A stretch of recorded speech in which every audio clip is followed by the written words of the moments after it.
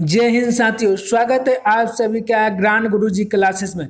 दोस्तों, आज के क्लास में हम हिंदी के 50 महत्वपूर्ण प्रश्नों पर चर्चा करेंगे।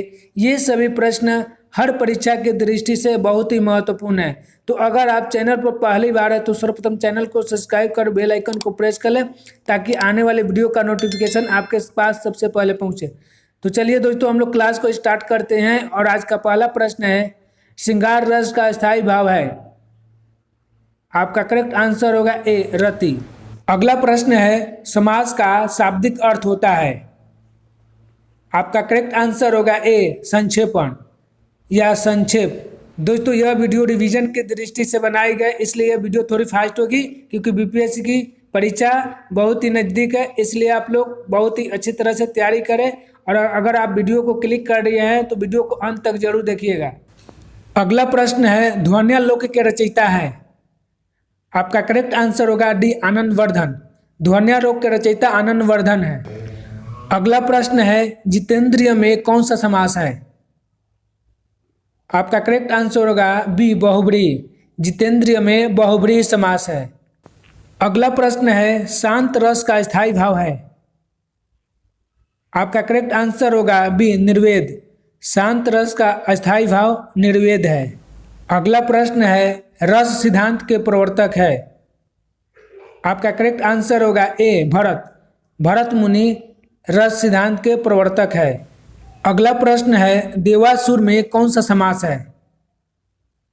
आपका करेक्ट आंसर होगा डी, द्वंद्व समास। देवासुर में द्वंद्व समास है। अगला प्रश्न है, ध्वन्यालोक लोचन के रचयिता है। आपका करेक्ट आंसर होगा डी, अभिनव गुप्त। अभिनव गुप्त ध्वन्यालोक लोचन के रचयिता है। अगला प्रश्न है, विभत्स रस का स्थायी भाव है। आपका करेक्ट आंसर होगा डी, जुगुप्सा। विभत्स रस का स्थायी भाव जुगुप्सा है। दोस्तों, अगर आप वीडियो क्लिक कर लिए तो वीडियो को अंत तक जरूर देखेगा क्योंकि इससे एग्जाम में आपका 10 से 15 मार्क्स का प्रश्न अवश्य आएगा। इसलिए दोस्तों, चैनल को जरूर सब्सक्राइब कर दीजिएगा। अगला प्रश्न है, अलंकार सिद्धांत के प्रवर्तक है। आपका करेक्ट आंसर होगा बी, भामह। भामह अलंकार सिद्धांत के प्रवर्तक है। दोस्तों, अगर आपको किसी भी प्रश्न का उत्तर मालूम होगा तो कमेंट्स बॉक्स में जरूर लिखेगा। और आपका स्कोर कितना हुआ इसको आप लोग कमेंट्स बॉक्स में जरूर लिखकर बताइएगा। अगला प्रश्न है, अद्भुत रस का स्थायी भाव है। आपका करेक्ट आंसर होगा सी, विस्मय। विस्मय अद्भुत रस का अस्थायी भाव है। अगला प्रश्न है, रीति सिद्धांत के प्रवर्तक है। आपका करेक्ट आंसर होगा सी, वामन। वामन रीति सिद्धांत के प्रवर्तक है। अगला प्रश्न है, करुण रस का स्थायी भाव है। आपका करेक्ट आंसर होगा ए, शोक। करुण रस का स्थायी भाव शोक है। अगला प्रश्न है, ध्वनि सिद्धांत के प्रवर्तक है। आपका करेक्ट आंसर होगा डी, आनंदवर्धन। ध्वनि सिद्धांत के प्रवर्तक आनंदवर्धन है। अगला प्रश्न है, वीर रस का स्थायी भाव है। आपका करेक्ट आंसर होगा डी, उत्साह। वीर रस का स्थायी भाव उत्साह है। अगला प्रश्न है, वक्रोक्ति सिद्धांत के प्रवर्तक है। आपका करेक्ट आंसर होगा ए, कुंतक। कुंतक वक्रोक्ति सिद्धांत के प्रवर्तक हैं। अगला प्रश्न है, निशाचर में कौन सा समास है। आपका करेक्ट आंसर होगा सी, बहुब्रीहि। निशाचर में बहुब्रीहि समास है। अगला प्रश्न है, तरनी तनुजा तट तमाल तरुवर छाय में कौन सा अलंकार है। दोस्तों, आपका करेक्ट आंसर होगा ए, अनुप्रास। दोस्तों, जिस पंक्ति में वर्ण की आवृत्ति बार बार होती है वहाँ पर अनुप्रास अलंकार होता है। तो प्रस्तुत पंक्ति में अनुप्रास अलंकार है। अगला प्रश्न है, चरण कमल बंदो हरिराय में कौन सा अलंकार है। दोस्तों, आपका करेक्ट आंसर होगा सी, रूपक। चरण कमल बंदो हरिराय में रूपक अलंकार है। अगला प्रश्न है, औचित्य संप्रदाय के प्रवर्तक है। आपका करेक्ट आंसर होगा सी, क्षेमेंद्र। क्षेमेंद्र औचित्य संप्रदाय के प्रवर्तक है। अगला प्रश्न है, उत्पत्तिवाद किसका सिद्धांत है? आपका करेक्ट आंसर होगा ए भट्टलोलक। उत्पत्तिवाद भट्टलोलक का सिद्धांत है। अगला प्रश्न है अनुमतिवाद किसका सिद्धांत है? आपका करेक्ट आंसर होगा बी शंकुक। अनुमतिवाद शंकुक का सिद्धांत है। अगला प्रश्न है भुक्तिवाद किसका सिद्धांत है? आपका करेक्ट आंसर होगा सी भट्टनायक। भुक्तिवाद भट्टनायक का सिद्धांत है। अगला प्रश्न है अभिव्यक्तिवाद किसका सिद्धांत है? आपका करेक्ट आंसर होगा डी अभिनव गुप्त। अभिव्यक्तिवाद अभिनव गुप्त का सिद्धांत है। दोस्तों चैनल को जरूर सब्सक्राइब कर दीजिए क्योंकि वीडियो बनाने में बहुत ज़्यादा मेहनत लगता है, तो मेहनत के लिए एक तो सब्सक्राइब बनता है दोस्तों, तो प्लीज़ चैनल को जरूर सब्सक्राइब कर दीजिएगा। अगला प्रश्न है छंद का सर्वप्रथम उल्लेख कहाँ मिलता है? आपका करेक्ट आंसर होगा ए ऋग्वेद। छंद का सर्वप्रथम उल्लेख ऋग्वेद में मिलता है। अगला प्रश्न है निम्नलिखित में सममात्रिक छंद का कौन सा उदाहरण है? दोस्तों आपका करेक्ट आंसर होगा सी चौपाई। चौपाई एक सममात्रिक छंद है। दोस्तों इसके प्रत्येक चरण में 16-16 मात्राएं होते हैं, इसको भी आप लोग याद रखेंगे। प्रत्येक चरण में 16-16 मात्राएं होते हैं।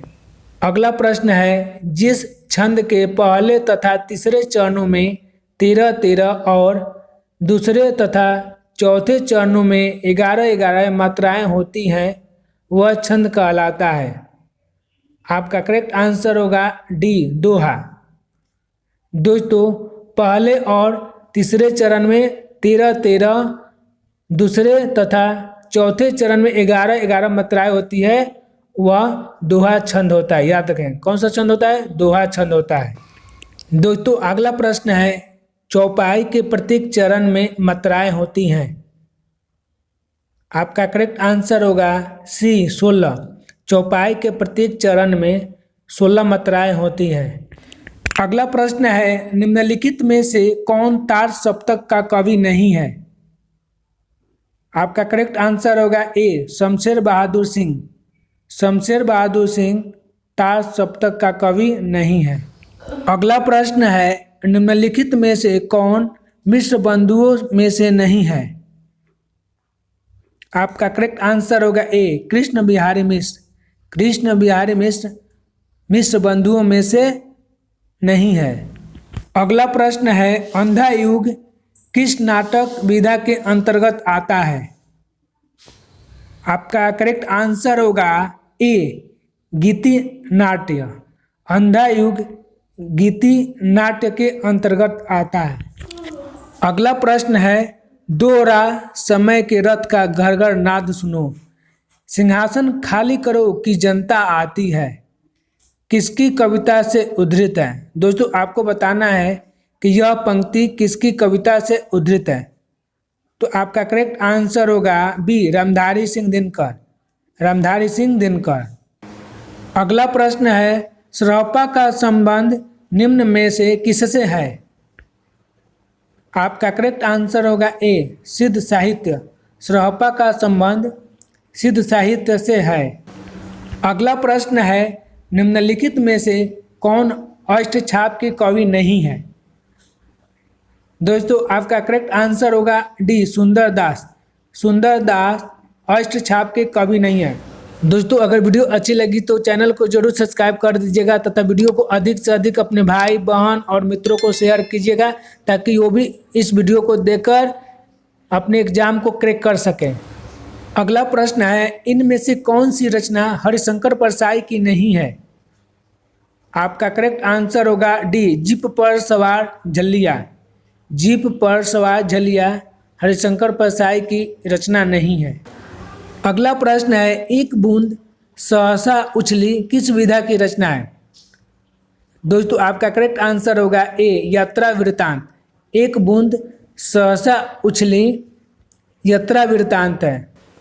दोस्तों यह अज्ञेय के द्वारा लिखा हुआ यात्रा वृत्तांत है। याद रखें किसके द्वारा? अज्ञेय के द्वारा लिखा हुआ यात्रा वृत्तांत है।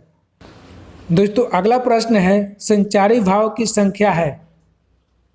आपका करेक्ट आंसर होगा बी 33। संचारी भाव की संख्या 33 है। अगला प्रश्न है, भरत मुनि के अनुसार रसों की संख्या है। आपका करेक्ट आंसर होगा ए 8। भरत मुनि ने अपने नाट्य शास्त्र में 8 रसों की संख्या मानी है। याद रखें, भरत मुनि ने अपने नाट्य शास्त्र में 8 रसों की संख्या मानी है। अगला प्रश्न है, कवि बिहारी मुख्यतः किस रस के कवि हैं? आपका करेक्ट आंसर होगा सी श्रृंगार। कवि बिहारी मुख्यतः श्रृंगार रस के कवि हैं। अगला प्रश्न है, हिंदी साहित्य का 9वां रस कौन सा है? आपका करेक्ट आंसर होगा सी शांत रस। हिंदी साहित्य का 9वां रस शांत रस है। अगला प्रश्न है, शब्द का अर्थ बोध कराने वाली शक्ति है। आपका करेक्ट आंसर होगा ए शब्द शक्ति। शब्द का अर्थ बोध कराने वाली शक्ति शब्द शक्ति है।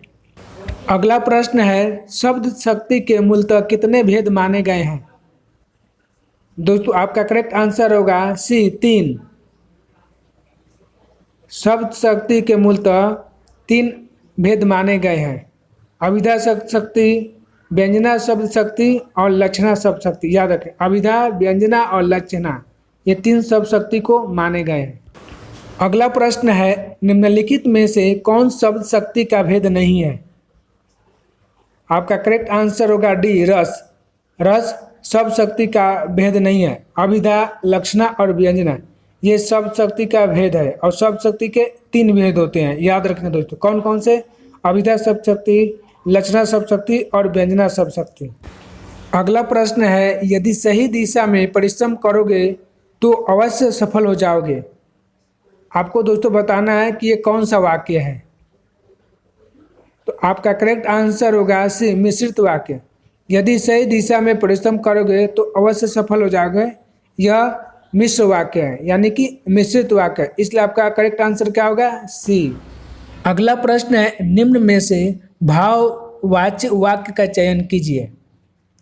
आपका करेक्ट आंसर होगा बी, यहाँ बैठा नहीं जाता। यहाँ बैठा नहीं जाता भाववाच्य वाक्य है। अगला प्रश्न है, निम्न में से कर्तृवाच्य का चयन कीजिए। आपको चयन करना है कि इनमें से कौन कर्तृवाच्य है। दोस्तों आपका करेक्ट आंसर होगा ए, मोहन पुस्तक पढ़ता है। मोहन पुस्तक पढ़ता है कर्तृवाच्य है, क्योंकि इसमें कर्ता की प्रधानता है। जहाँ पर कर्ता की प्रधानता होती है वहाँ पर कर्तृवाच्य होता है। अगला प्रश्न है, निम्नलिखित में से सरल वाक्य का चयन कीजिए। दोस्तों आपका करेक्ट आंसर होगा सी, राहुल धीरे धीरे लिखता है। राहुल धीरे धीरे लिखता है सरल वाक्य है।